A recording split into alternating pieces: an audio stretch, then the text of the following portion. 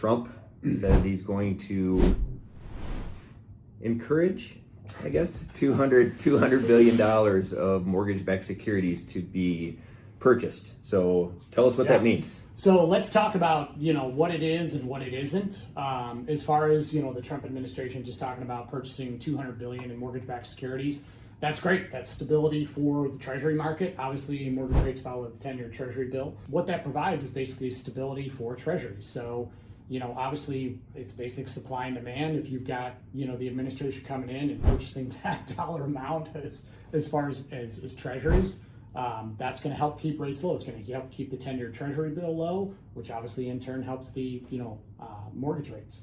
So that's a fantastic thing that they're doing, and it's going to provide a lot of stability. So he specifically mentioned Fannie and Freddie. So tell us a little bit about why there haven't been that many purchases as of right now, and this is going to be such a big deal. The Fed's actually been, as of the last couple of years, is actually selling off their Treasury because they're trying to unload their balance sheet.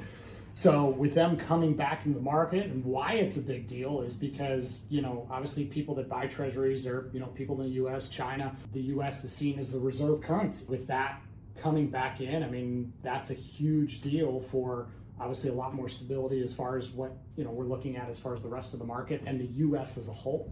And we just had a recent rate drop, went below 6% for the first time since 2022. So do you think just on the news of this happening, or? That was because that happened, Brian, last week. So we briefly saw on Friday rates dip to the lowest it's been in a while at about 5.99%. So that was part of it. We're a hair back above it now, but obviously we're moving in the right direction. Yeah. I know nationally we saw about a 30% increase in applications. Did you see anything here locally in Phoenix? We did. As far as the Phoenix market, and buyers aren't driven by, just rates. They're driven by their payments. And when they see those payments, somebody can save $100, $150. They're going to pull the trigger. So, when that happened last week, nationally, yes, mortgage rate applications for refinances were up 30%.